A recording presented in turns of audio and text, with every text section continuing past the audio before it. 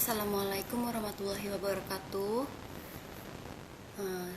Alhamdulillah kita bisa berjumpa lagi ya teman-teman di mata pelajaran ilmu kesehatan masyarakat. Kali ini kita akan membahas masuk ke bab 3 tentang kesehatan ibu dan anak. Walaupun cuacanya hujan terus, tapi kita harus tetap semangat ya. Nah, kita masuk ke bab kesehatan ibu dan anak. Apa sih itu kesehatan ibu dan anak? Ini adalah suatu program yang meliputi pelayanan, pemeliharaan ibu hamil, ibu bersalin, nifas, bayi baru lahir walaupun normal ataupun dengan komplikasi, bayi, balita, remaja, serta lansia. Jadi selama kehidupannya wanita itu dijaga gitu kesehatannya oleh ini program ini gitu ya. Tujuannya apa sih? Tujuannya untuk meningkatkan derajat kesehatan yang optimal serta hidup sehat melalui peningkatan derajat kesehatan dan menuju NKKBS. Apa itu NKKBS? Nah, NKKBS adalah norma keluarga kecil bahagia sejahtera. Ini yang selalu digalakan oleh para bidan-bidan ya. Serta meningkatkan derajat kesehatan anak untuk menjamin tumbuh kembangnya. Lalu meningkatkan kemampuan ibu hamil dalam mengatasi kesehatan diri dan keluarganya, pembinaan kesehatan balita dan anak prasekolah. Ini masuknya ke program Posyandu gitu ya. Lalu meningkatkan jangkauan pelayanan kesehatan bayi. Ini biasanya ada di praktek mandiri atau di puskesmas. Lalu meningkatnya mutu pelayanan kesehatan ibu hamil, bersalin, ibu nifas, ibu menyusui, bayi dan balita. Nah, strateginya apa aja sih untuk program KIA ini? Ada advokasi yang pertama. Apa itu advokasi? Upaya strategis dan terencana untuk mendapatkan komitmen dan dukungan dari para pengambil keputusan dan pihak terkait dalam pelayanan KIA. Jadi para penyuluh kesehatan bekerja sama dengan ya misalkan bidan bekerja sama dengan warga desa untuk membangun apa? Membangun posyandu di RT tersebut gitu ya. Lalu mendapatkan komitmen dan dukungan. Iya, ada masalah apa di sini, ada gizi buruk. Gimana solusinya? Gitu, dipecahkan bersama. Bina suasana. Upaya menciptakan opini publik untuk mau melakukan perilaku hidup bersih dan sehat terkait peningkatan KIA, kesehatan ibu anak, untuk menurunkan AKI dan AKB.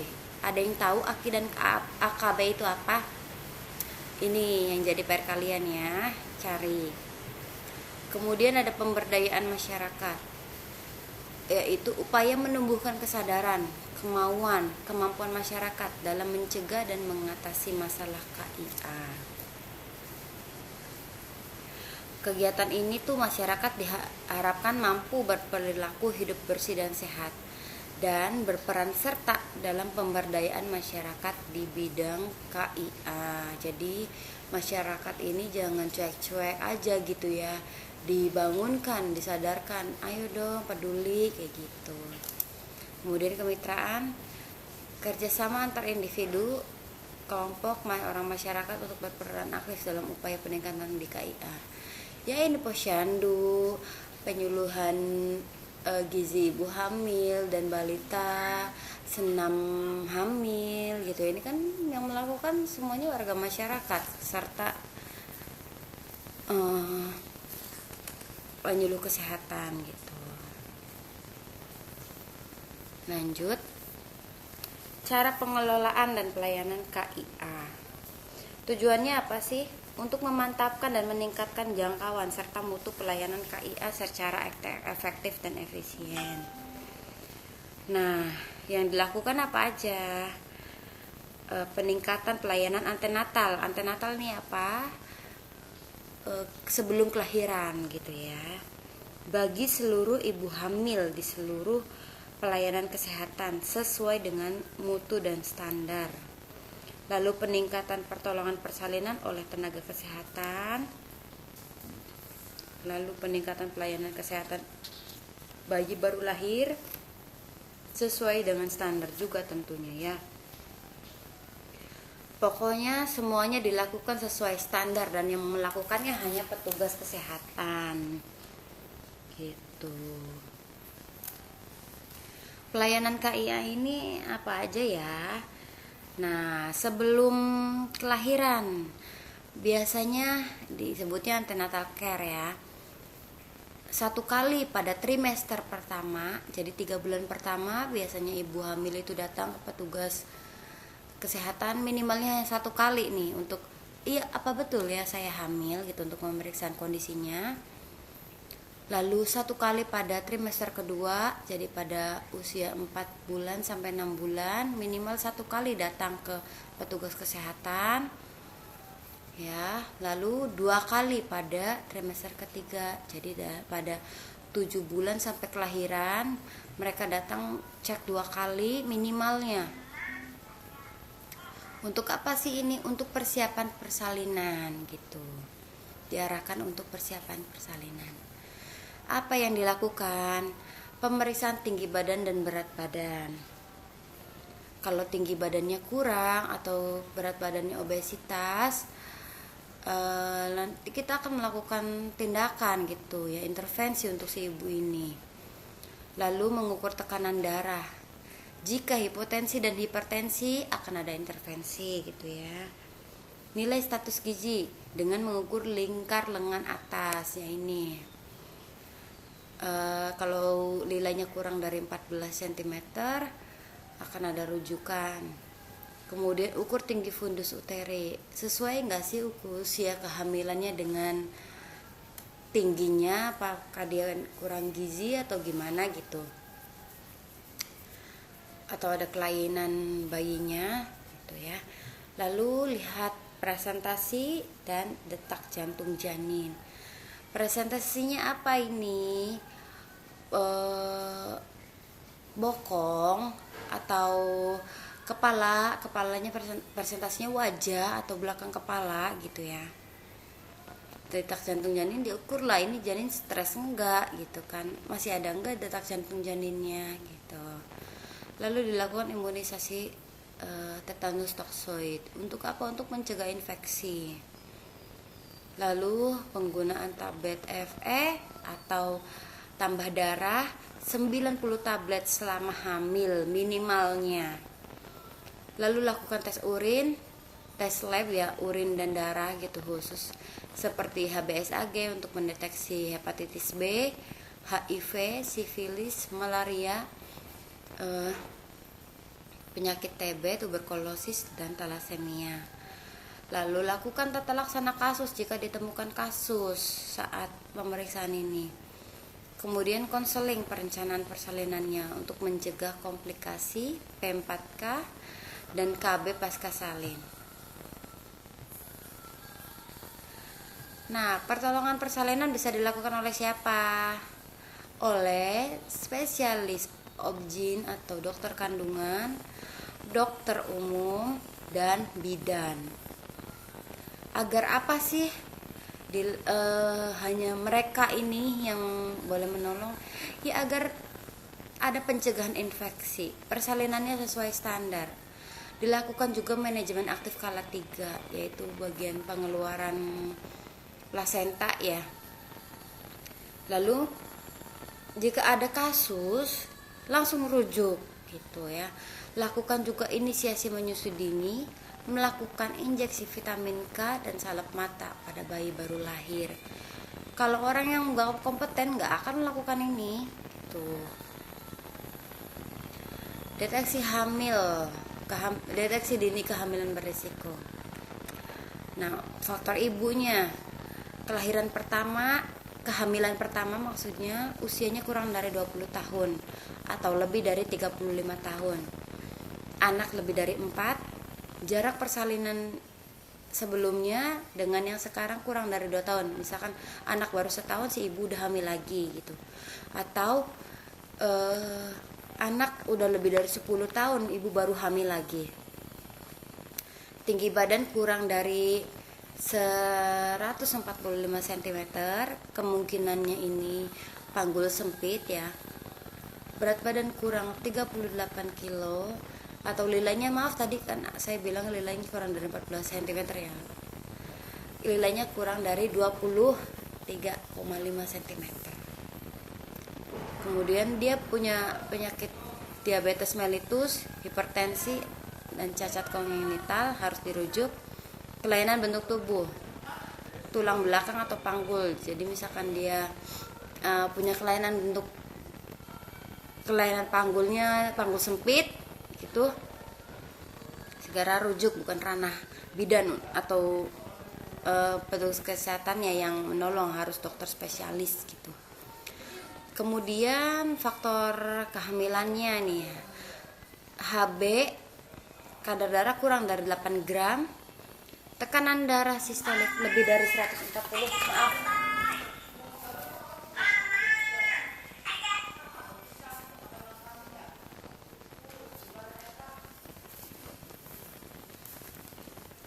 Lanjut lagi ya, tekanan darah sistolik kurang lebih dari 140. Ya, ini udah jelas hipertensi ya. Kemudian ada udim, bengkak, eklamsia, kejang saat hamil, perdarahan, ketuban pecah dini, bayinya posisinya lintang, miring gitu ya, di usia lebih dari 32 minggu. Ini kan udah nggak bisa mutar lagi. Kemudian sungsang pada kehamilan yang pertama, terdapat infeksi, prematur, bayinya belum waktunya lahir udah lahir, kehamilan ganda atau kembar, janin besar, penyakit kronis, dan juga bedah sesar. Kalau yang udah pernah sesar harus sesar lagi. Faktor bayinya, berat bayi kurang dari 2.500 gram. Bayi itu mengalami tetanus neonatal, infeksi silisium, asfiksia atau sesak, ikterus, bayinya kuning lebih dari 10 hari setelah lahir, sepsis, panas bayinya ya, berat bayi lebih dari 40 gram, lalu preterm ini belum, iya tadi prematur ya, dan posterm lebih dari usia kandungan, belum lahir aja. Kemudian ada cacat bawaan. Nah, ini persalinan dengan tindakan misalkan forceps atau vakum ya.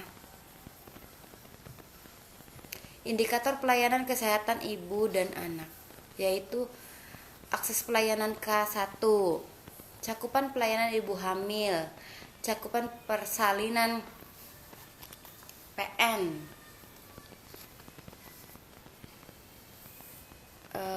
lalu kalau yang ini maksudnya ini ya, apa namanya,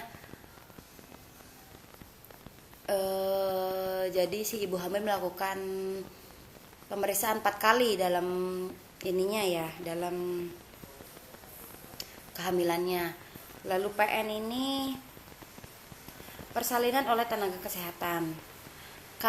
Pelayanan nifas KF4, KF3, pelayanan nifasnya dilakukan oleh petugas kesehatan juga. Lalu KN1 pada saat 6 sampai 48 jam lahir gitu ya. KN lengkap 46 sampai 48 jam. Lalu hari ke-3 sampai hari ke-7, hari ke-8 hingga hari ke-28. Nah, gitu. Lalu cakupan penanganan komplikasi obstetrik neonatus yang ditangani, cakupan kunjungan bayi, cakupan pelayanan KIA anak dan balita. Nah, setelah itu kita masuk ke subbab KB. Apa sih KB ini? Sebuah program yang dicanangkan oleh pemerintah Indonesia guna menekan angka kelahiran yang makin hari makin tinggi. Gitu ya. Tujuannya adalah apa? Untuk membentuk keluarga kecil, untuk mengatur kelahiran, pendewasaan, perkawinan, peningkatan kesehatan.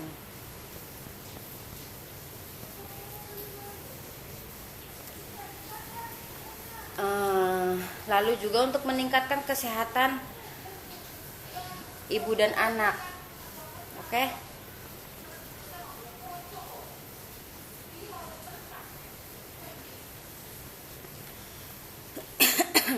Maaf. Lalu jenis-jenis KB, kita masuk ke jenis-jenis KB. Pil, tidak mengganggu hubungan seksual ya.